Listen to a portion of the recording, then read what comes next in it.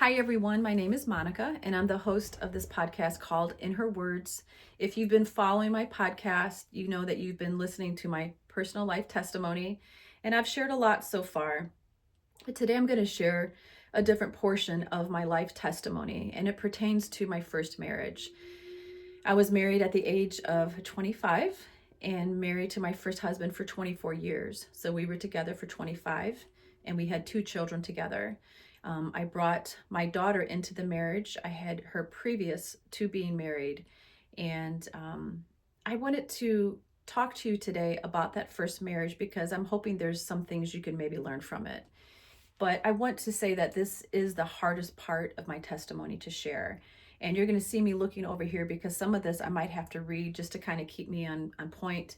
And hopefully I won't become emotional. I want to be able to articulate these things without too much emotion, but it's a little hard to because today what I'm wanting to share, I want to do with great care and respect for my children, even my ex-husband, his family, and all who loved him. My first marriage was deeply challenging. We ended up divorcing, like I said, at year 24. And a little less than 2 years after we divorced, he took his life.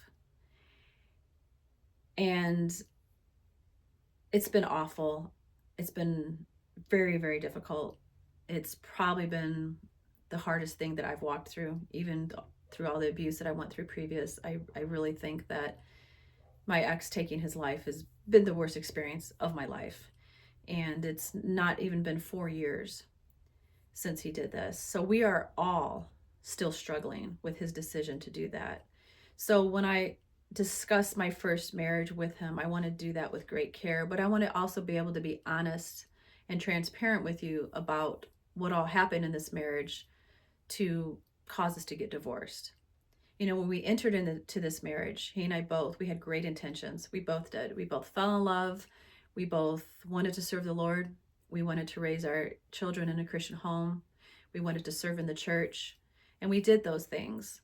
But I want to say right off the bat, I had no business getting married. No business getting married. I should have gone through a great deal of healing before I ever married.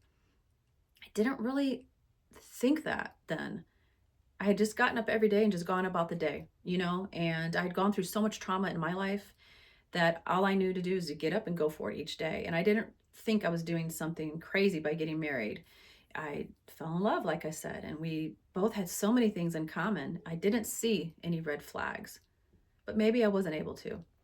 So I want to say that when we met each other, my first husband and I, we met each other at the same level of dysfunction or similar, maybe not exact. He had his issues, I had mine. And even though we had great intentions, it was really not wise for us to marry. We'll just say that. Now, we entered into the marriage and we went to parenting classes, we went to marriage classes, we did it all. But because we were both so highly dysfunctional, we didn't really have a chance. We'll just say that. And it wasn't until year 15 when he said something to me, and he had said so many things to me that were just cruel and harsh and just so traumatic, that I don't know why at year 15 he said one of the same things he had always said to me, but for some reason something happened to me that day. And I knew I wasn't going to live this way anymore. And something had to change. And I remember calling my best girlfriend and telling her, and she was shocked. And I was just crying out because I knew that I couldn't continue in this relationship like this. I just couldn't. It was too hurtful. And that's when I started counseling. And I went to counseling for the next 9 years. I still stayed in that marriage for 9 years because I never, ever wanted to be divorced.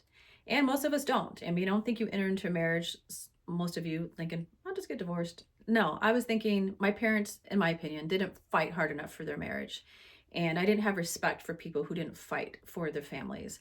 So I was very determined that no matter what, like, I'm sticking in this. My theory was if he ever put a hand on me, I'm out. That was my line of thinking. That never happened. So there were just so many other things that happened. And again, I was brought up under the belief in the church that God hates divorce. And he does, because he hates what happens. But I also know, on the other hand, and I'll be reading a little bit and repeating this, but that Our marriages need to honor God. They need to honor God. And our marriage was not honoring to God. So I was determined also not to ever get divorced because of what I experienced with the pedophile stepdad. I didn't want my children to ever have to go through that. So I had many good reasons not to divorce. And I loved him. I loved my first husband. In fact, when we divorced, I still loved him. We just couldn't stay married anymore. So for 9 years, I started to go to individual counseling. My ex-husband would sometimes go, but he really wasn't as open to it. We'll just say that. So I'm going to read some things here, but I also remember the fact that I should have never gotten married. I needed a lot of healing, and I own that. But I also still have to balance the fact when I'm trying to share with you what happened in this marriage, that he ended up taking his life, which is horrible. And, when I got the phone call that day, I don't think I'm going to go into all the details, but when I got the phone call that day, I just remember dropping to the ground. And I couldn't believe it. When you hear something like, you just can't believe it. You're like, no, that didn't happen. No, go make sure that this is what's going on, and it was just, I was in shock for sure. And I remember dropping down to the ground in the grass out here where I live. And the only thing I could think of were my children, and that I needed to go tell my children. And how was I going to go tell my children? Because during that time when he did this, we were all still very broken because of coming out of that marriage, all of those years of a dysfunctional marriage and so much hurt and pain in the family, that when we divorced, there was just still more of it. I don't think that the divorce necessarily caused most of the pain. I really think the unhealthy marriage and family life is what caused my children the most pain. And when he took his life, it just added on to everything. I mean, we loved them, and my children have never had the opportunity to work on their relationship with their dad. And the woulda, coulda, shouldas are all there, you guys. They're all there. So bear with me. I'm going to read some because this is such a delicate topic, and I want to do this with honor and grace, but also be transparent and honest. So, like I said, this is one of the hardest parts of my story to share, and I need to do it with respect. Being married to someone who struggled with mental health challenges that expressed through anger and control made for a very difficult and painful relationship. And all along, I didn't have the recipe to know like what it takes to make a good marriage. I didn't. Most of us don't, but I really didn't because of what I went through. His parents were still married, and I would hope, that maybe that would help with our marriage because he didn't come from a broken home, but he came still from a lot of brokenness in his own life. So we didn't really know what to do. I'll just say that. Neither of us knew what to do. And I tried a lot of different things. I mean, I would go through seasons of just not saying much, letting him lead and direct and do all these things in the family, but I would just see so much pain and destruction from that. And then I would try things like speaking up, when I needed to for the kids' sakes, and that didn't work. And then I remember he and I speaking and him asking me, come to me privately if you don't agree with something and we'll work it out in private. I thought, that's a great idea. So when things would happen in the family, I would try that approach and go and talk to him in private. And he would just walk out of the room. I mean, there was no talking about it. He didn't want to talk about it. So it was very frustrating, and I couldn't figure out what to do. And I remember just a few years ago, maybe 3 or 4 years ago, right after the divorce, I remember going to my counselor and explaining this. And I'm like, I tried this. She goes, Monica, listen, 1 + 1. And this is my 1 + 1 theory that I call it now. And she started to explain it. She did a much better job than I'm probably going to do. But the whole idea is this. Monica, to you, 1 + 1 = 2, right? Yeah, well, 1 + 1 = 2. When you're dealing with someone who has mental health challenges and you tell them, or you explain to them, or you try to show them over and over and over, 1 + 1 = 2, they're looking at you like, no, it doesn't. 1 + 1 = 1,000,000. And you're like, what are you talking about? So you spend so much time and energy. And I truly feel like I spent 23, at least 3 years trying to convince this person that things are wrong in the home. Things aren't healthy. We need to do this. This isn't right. Or yada, yada. This is why the kids are hurting, why they're broken. This is why we can't talk to you, or whatever it was. Or this isn't right in the extended family, or that. And there was just he didn't hear 1 + 1 = 2. He believed it equaled a million. And that's the best explanation I can give. So my first marriage was emotionally exhausting, unpredictable, and over time, it completely wore down my spirit. I tried my best to be a Christian wife, believing that if I prayed enough, loved enough, submitted enough, the house was clean enough, I looked good enough, the kids were doing well enough, da da da, whatever it is, that would make it right. Nothing I did could make anything right. I remember it got to the point to where I would see him pull up to the house after work and I'd be thinking, okay, the house is clean, laundry's done, dinner's about to be on the table, I've got some nice music going, I've got the candles going, and these are just things that I like to do anyway, don't get me wrong, but this is how I wanted my home to be, very welcoming when he came home from working hard all day. And this is just one of many excuses I could get. I mean, not excuses for him, but examples I can give. And he would come into the house and I'd be listening. And if he's whistling, I'm thinking, okay, we're going to do okay for a while. This is going to be an okay night. And then if not, I would just be like, oh my gosh, like just tense.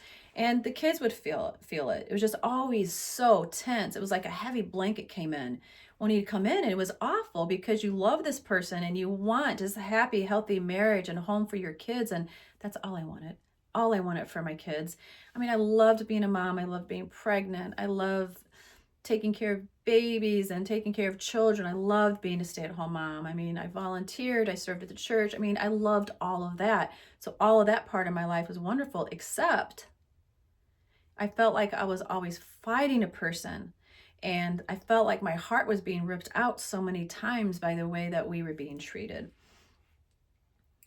So for so long, I wrestled with the idea that God hates divorce. And because of that, I believe that no matter how much I suffered, leaving was not an option. But what I've come to understand is that while God does hate divorce, he also hates abuse. He hates oppression. He hates when one of his children are diminished, controlled, or harmed in a relationship that was meant to be a reflection of him. My marriage did not honor God because it was not built on love, respect, and partnership that he designed marriage to be. And we'll just leave it at that. It just wasn't. So as much as I think it's great that I started counseling at year 15, it was because it did kind of help me to understand a little bit of what I was dealing with. Although I didn't understand the whole idea of 1 + 1 doesn't always equal 2 to somebody, and you spend a lot of time and effort trying to convince them, and you try to be quiet, or you try to submit, or you try to speak up, or you try reading a book about the power of a praying parent, power of praying wife, and all these things, and I'm doing all these things, but it's never enough. It's like I'm filling up a bucket constantly with good things, but this bucket has holes in it. And no matter how much I do, it empties out. And it was exhausting. And I would say that at the end, my husband and I were able, after we were divorced, to come together and ask for forgiveness, each of us. And it was amazing. Forgiveness is amazing. Forgiveness is such a gift, right? I mean, it is. And if you don't believe that and you think, I'll never forgive them for what they did to me because it was horrible, what they did to you or someone you love may have been absolutely horrific. Forgiving them isn't minimizing that. Forgiveness is actually a gift to yourself. Because if you don't forgive somebody, you are constantly chained to that person or chained to that memory of what they did, to the act of hurt. And I am just a huge believer in forgiveness. And we were able to sit down and talk about what we've done wrong and will you please forgive me? I remember when he called me and said that, and I said, I already forgave you. Will you forgive me? And I thought it could be a beautiful thing that out of all of this just sadness and hurt and pain, that if our children could see us getting along and then in the future maybe sharing holidays together, and that this would start the healing process. But when he ended up taking his life, there was never any hope for that. And it's hard, you guys. It's very, very difficult even now. It'll be 4 years and it's terrible. So if you are listening to this, say a prayer for my kids, please, for them. They are young adults, but they have been impacted greatly. There's still a lot of brokenness, even in my relationship with some of them, and there's just a lot of hurt and a lot of pain. And I believe that you, when you are a spouse or a parent, and especially as a Christian, you really need to get some spiritual guidance, but you also need to get some counseling, because it's not just enough just to stay married. It's not. You can end up staying married for 50, 60 years and thinking you're doing it for the kids, but it's really not for the kids. Maybe you have some subconscious reasons why you're doing this or whatever, or maybe you are trying to honor God. I respect that, because that's what I did. And I believe he did too. I believe he was trying to honor God in the fact of staying married. But all I can do is talk about what I've learned through that marriage. And we definitely forgave. There's been a lot of healing. I'm continuing to heal from that marriage. And I am blessed enough to say that I am now in an incredible marriage and relationship. And this is what I wanted back with my first spouse, you know. Sorry, that's my dog. But I didn't get that with him, but I could just rejoice in the fact that I have it now. But I'm very sad and broken for my kids because they didn't get to grow up with this type of household. So if you think of them, pray for them. Just pray for Monica's kids. I don't want to say their names. And some of them are doing better than others. But I have a lot of incredible grandchildren, and that's what makes me sad too, because my first spouse doesn't get to see all the joy of being a grandparent. And it breaks my heart for him that he made that decision. He chose to do that.